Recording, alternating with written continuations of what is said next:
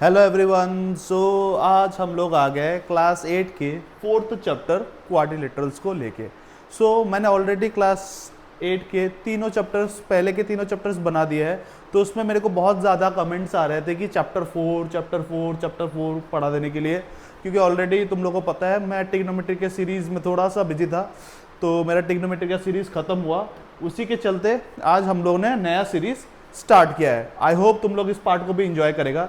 तो लेट ना करते हुए शुरू करते हैं। तो हम लोग का चैप्टर का नाम क्या है? क्वाड्रिलेटरल्स।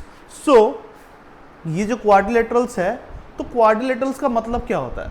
क्वाड्रिलेटरल्स को अगर मैं इजी वर्ड्स में बताऊं, कोई भी क्लोज फिगर जिसके 4 साइड्स हो। कितने साइड्स हो? 4 साइड्स। कोई भी फिगर पकड़ लो, ये 4 के 4 साइड्स क्लोज है, तो हम लोग इसको क्या बोलेंगे? क्वाड्रिलेटरल्स बोलेंगे। क्या बोलेंगे हम लोग? क्वाड्रिलेटरल्स बोलेंगे। जैसे कि हम लोग क्वाड्रिलेटरल्स के बारे में पढ़ते हैं, तो सबसे बेसिक क्वाड्रिलेटरल्स का जो चीज होता है हमारे पास, हम लोग को पता है, वो है एक स्क्वायर और एक रेक्टेंगल। एक स्क्वायर और एक रेक्टेंगल जो हम लोग का सबसे बेसिक होता है।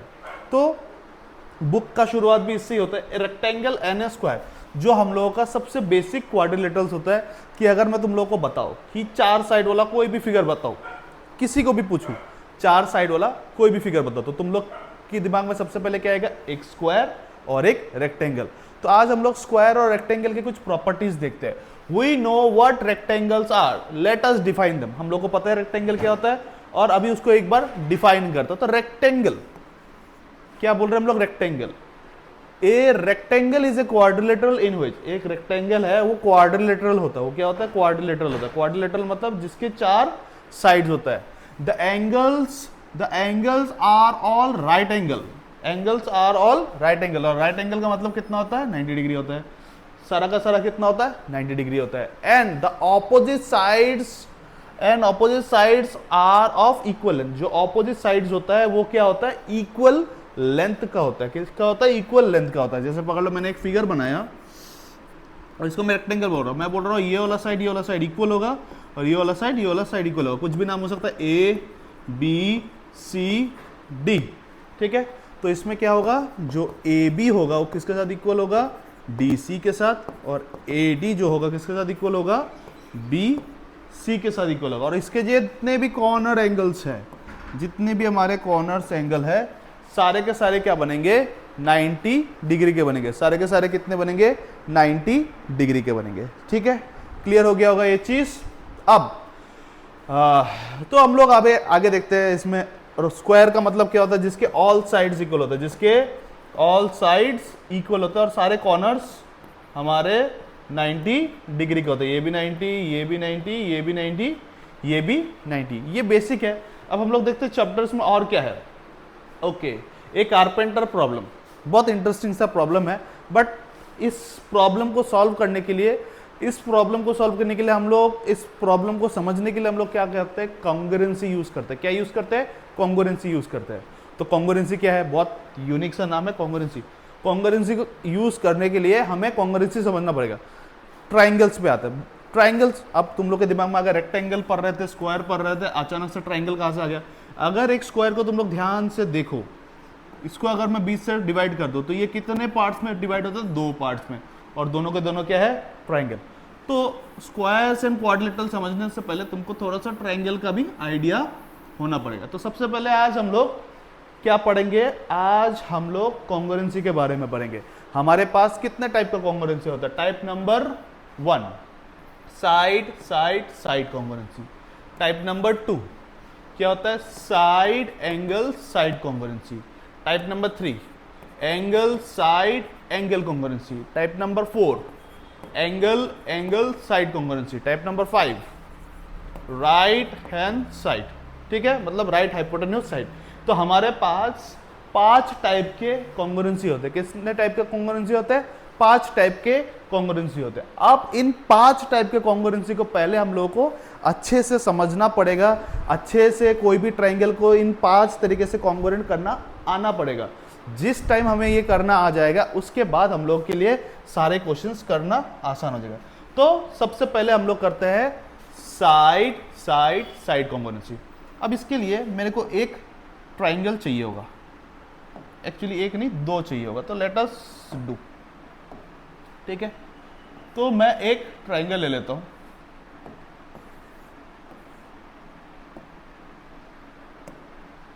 ठीक है, मैंने दो ट्राइंगल ले लिया यहां पे। अब मैं नाम लिख देता हूं, इसका ट्राइंगल का नाम लिख देता हूं A B C and P Q R. अब ये जो दो ट्राइंगल है, अब क्वेश्चन में ऐसे करके दो ट्राइंगल दिया रहेगा, समझना, क्वेश्चन में ऐसे करके दो ट्राइंगल दिया रहेगा, और उन दो ट्राइंगल में अगर कुछ ऐसा सिंबल रहा, यहां पे एक स्टिक है, यहां पे एक स्टिक है।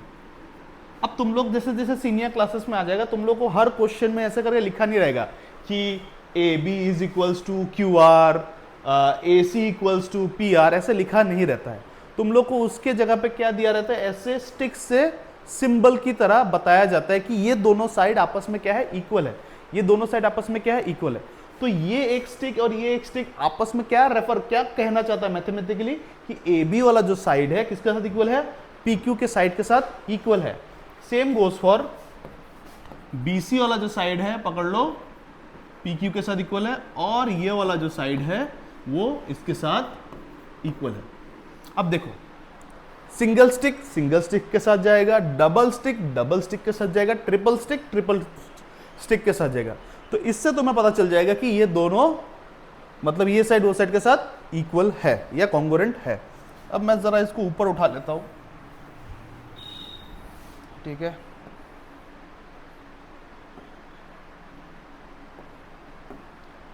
आई होप यहां से तुम लोग को दिखेगा। अरे यार क्या हो गया,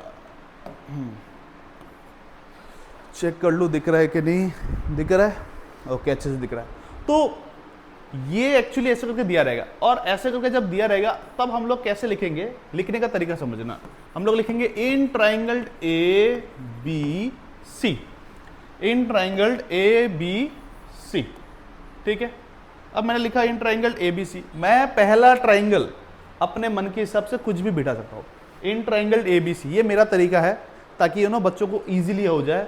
कोई और अलग तरीके से पढ़ा सकता है, वो भी सही होगा, गलत कुछ नहीं है, बट ये तरीका ज्यादा आसान है। मैंने पहला ट्राइंगल का नाम कुछ भी लिया, ए बी सी बी, कुछ भी ले सकता है। अब जो दूसरा ट्राइंगल लूंगा, उस ट्राइंगल को इसी के हिसाब से लूंगा, ताकि यू नो मेरे लिए आसानी हो। देखो, तो मैं कोशिश करूंगा कि जितना हो सके उतना चीजें सेम रहे। देखो, ए बी वाला साइड किसके साथ इक्वल है, ए बी वाला साइड किसके साथ इक्वल है, क्यू आर या उसके साथ, और फिर जो बी सी है किसके साथ इक्वल है, इधर। तो हम लोग दूसरे ट्राइंगल का नाम क्या रखेंगे, ट्राइंगल आर क्यू पी।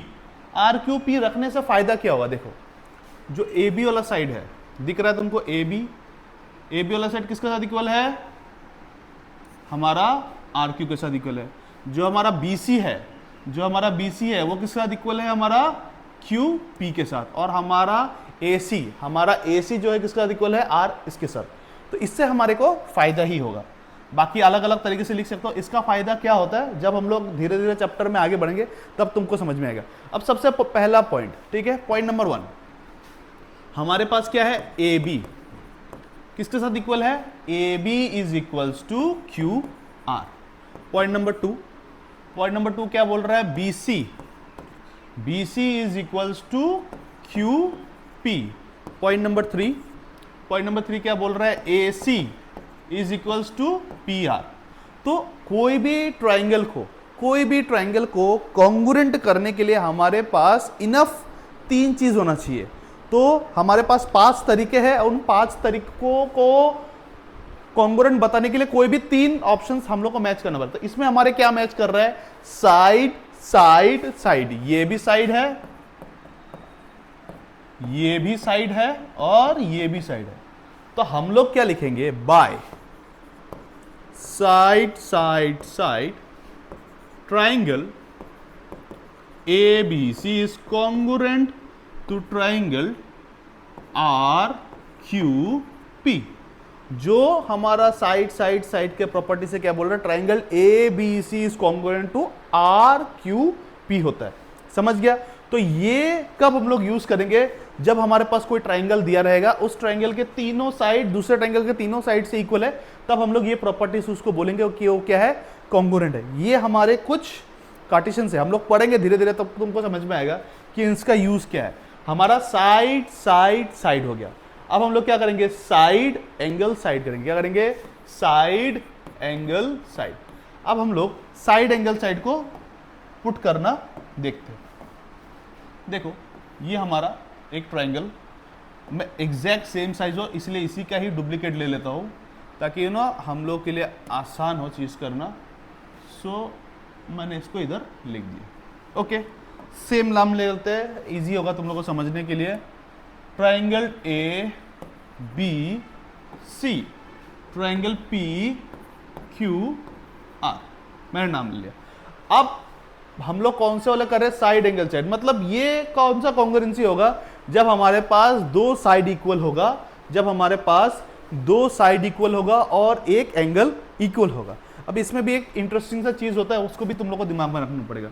तो मैं बोल देता हूं कि ए बी वाला जो साइड है वो हमारा पी आर के साथ इक्वल है, हमारा जो बी सी वाला जो साइड है वो हमारा इसके साथ इक्वल है, और एंगल बी जो है एंगल आर के साथ इक्वल है, एंगल बी जो है एंगल आर के साथ इक्वल है। अब समझना कि ए बी और बी सी, ये दो साइड है ना, ए बी और बी सी, इन दोनों के साइड के में आ कौन रहा है, बी आ रहा है। कौन आ रहा है, बी आ रहा है। तो इन दोनों के साइड में जो आएगा, कौन आ रहा है, आर आ रहा है, वही इक्वल होना पड़ेगा, वही इक्वल होना पड़ेगा। ऐसा ना हो कि यहां पे ए बी और ये साइड इक्वल है, यहाँ पे ये साइड इक्वल है, और यहाँ पे एंगल बी के साथ एंगल पी इक्वल है, तब हम लोग उसको साइड एंगल साइड कॉन्ग्रुएंसी से शो नहीं कर सकते। ये एक बेसिक चीज है जो तुम लोग को याद होना ही पड़ेगा। सेम गोस पर अभी हम लोग क्या लिखेंगे, इन triangle A B C and same reference. पहला वाला मैंने कुछ भी लिखा, कोई फर्क नहीं पड़ता, दूसरा वाला पहले वाले के रेफरेंस के साथ। ए बी किसके साथ जाएगा, ट्राइंगल पी आर क्यू। थोड़ा ध्यान रखना ताकि आसानी से हो जाए। पॉइंट नंबर 1, ए बी किसके साथ इक्वल है, ए बी इक्वल है पी आर के साथ इक्वल है। किसके साथ इक्वल है, पी आर के साथ। पॉइंट नंबर 2, हमारा बी सी जो है, अपना बी सी जो है किसके साथ इक्वल है, क्यू आर के साथ इक्वल है। किसके साथ इक्वल है, क्यू आर के साथ इक्वल है। और अपना पॉइंट नंबर 3, ये एंगल का सिंबल होता है, angle B is equals to angle R, angle B is equals to angle R. ठीक है, तो हमारे पास 3 पॉइंट आ गया। अब हम लोग क्या लिखेंगे, by side angle side triangle A B C is congruent to triangle P R Q. बहुत इजीली हो गया हम लोगों का। ये हम लोग का कॉन्ग्रुएंसी करने का दूसरा तरीका था, जब हम लोग का साइड एंगल साइड दिया हो। समझ गया, चलो आगे बढ़ते हैं। नेक्स्ट हमारा क्या क्या हो गया, side side side side angle side. अब क्या बचा, एंगल साइड एंगल। क्या बचा, एंगल एंगल या फिर एंगल साइड एंगल। क्या आ रहा है, एंगल साइड एंगल। तो लेते हैं हम लोग शेप, ये लेते हैं, ये एक और इसका डुप्लीकेट पेस्ट करते, इधर आ गया। ठीक है, वापस सेम करेंगे। ट्राइंगल का नाम ए बी सी और इसका नाम पी क्यू आर। ठीक है, अब जो हमारा है, अब हमारा क्या है, अगर तुम ध्यान से समझो, अब हमारे पास क्या है, एंगल साइड एंगल। हमारे पास क्या है, एंगल साइड एंगल। अब मैं बोल रहा हूं ये वाला एंगल, कौन सा एंगल, ये वाला एंगल, ये वाला एंगल ये वाले एंगल के साथ इक्वल है। अब देखो यहां पे 2 कर्व और यहां पे 2 कर्व, मतलब ये दो कर्व क्या दिखा रहा है, एंगल ए और एंगल आर इक्वल है। और पकड़ लो हमारा ये वाला एंगल, इसमें एक कर्व देंगे, ये वाला एंगल ये वाला एंगल के साथ इक्वल है, ये वाला एंगल के साथ इक्वल है। और इन दोनों के बीच में जो साइड आ रहा है वो साइड आपस में इक्वल है। ऑब्वियसली इन दोनों के बीच का साइड को ही इक्वल होना पड़ेगा, कोई और इक्वल होने से नहीं होगा। तो हम लोग क्या लिखेंगे, इन triangle B A C and triangle P R Q, इन दो ट्राइंगल का बात हो रहा है। Point number 1, angle A is equals to angle R, angle A is equals to angle R. Point number 2, angle C is equals to angle Q. And third number point, एक side equal है हमारा, कौन सा, A C is equals to R Q. मतलब देखो दो angle हमारा equal है, दो एंगल हमारा इक्वल है, और उन दो एंगल के बीच का एक साइड भी अपने पास क्या है, इक्वल है। दो एंगल के बीच का साइड भी अपने पास क्या है, इक्वल है। तो अपना क्या हो गया, bye angle side angle triangle BAC is congruent to triangle PRQ। समझ गया, इजी है, इतना भी कॉम्प्लेक्स नहीं है। अब इसके बाद क्या आता है हमारे पास, एंगल। तो यूजुअली मैं क्या बोलता हूं कि जो एंगल वाला कॉन्ग्रुएंसी है ना, वो यही वाला है कि उसमें दो एंगल है। अब तुम लोग ऐसे समझो, कोई भी ट्राइंगल का दो एंगल इक्वल हो, कोई भी ट्राइंगल का दो एंगल इक्वल हो, तो ऑब्वियसली तीसरा एंगल भी क्या हो जाएगा, उसका इक्वल होगा। तो वो एंगल कॉन्ग्रुएंसी तुम लोग ले सकते हो। तो उसमें हम लोग क्या लिखते थे, एंगल साइड, मतलब दो एंगल इक्वल है, दो एंगल इक्वल है, उसमें से एक साइड इक्वल है। तो इसके बाद हमारा बस आखिरी एक बचता है, आखिरी वाला क्या है, RHS, मतलब राइट हाइपोटेन्यूज साइड। तो इसका यूज हम लोग राइट एंगल ट्राइंगल में करते हैं। किसमें करते हैं हम लोग, राइट एंगल ट्राइंगल में करते हैं, ठीक है। सो इसका भी एक वो निकालते हैं हम लोग, डुप्लीकेट निकालते हैं, और निकालने के बाद इसको मैं फ्लिप कर देता हूँ, ठीक है, ताकि ना देखने में थोड़ा यूनिक लगे। बाकी नाम तो सेम रहेगा, A B C, और ये अपना P Q R। ये अपना 90 डिग्री होता है, तुम लोगों को पता होगा, ये अपना क्या होता है, 90 डिग्री। और 90 डिग्री का ऑपोजिट, जो इस डायरेक्शन ऑपोजिट हो, हमेशा हाइपोटेन्यूज होता है, वो हमेशा क्या होता है, हाइपोटेन्यूज होता है। अब क्वेश्चन में हमारे पास ये दिया रहेगा कि जो हाइपोटेन्यूज है वो आपस में क्या है, इक्वल है, और राइट एंगल का मतलब कितना होता है, 90 डिग्री होता है। इसका मतलब भी कितना होता है, 90 डिग्री। इसका मतलब कितना होता है, 90 डिग्री है। और कोई भी एक साइड आपस में इक्वल हो सकता है। पकड़ लो, इसका ये वाला साइड और इसका ये वाला साइड क्या है, इक्वल है। तो हम लोग क्या लिखेंगे, in triangle ABC and triangle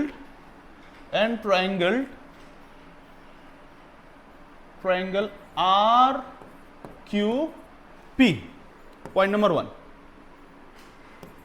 AC is equals to PR।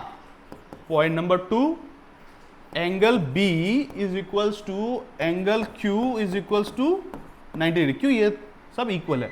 अब बचा के एक side, point number 3, by BC is equals to PQ, ये आ गया। तो हम लोग क्या लिखेंगे, by RHS, right hypotenuse side. Right मतलब राइट एंगल, इसका मतलब राइट एंगल, इसका मतलब हाइपोटेन्यूज, और इसका मतलब साइड, ठीक है। By RHS, by RHS triangle ABC congruent to triangle RQP। So ये हमारे 5 तरीके के कॉन्ग्रुएंसी थे, ये हमारे 5 तरीके के कॉन्ग्रुएंसी थे जिससे हम लोग कॉन्ग्रुएंसी प्रूफ करते। आई होप तुम लोग को ये कॉन्ग्रुएंसी वाला कॉन्सेप्ट समझ में आया होगा। सो जैसे कि मैं देख पा रहा हूँ वीडियो थोड़ा सा 19-20 मिनट हो चुका है। सो आई होप कि आज के लिए इतना काफी है।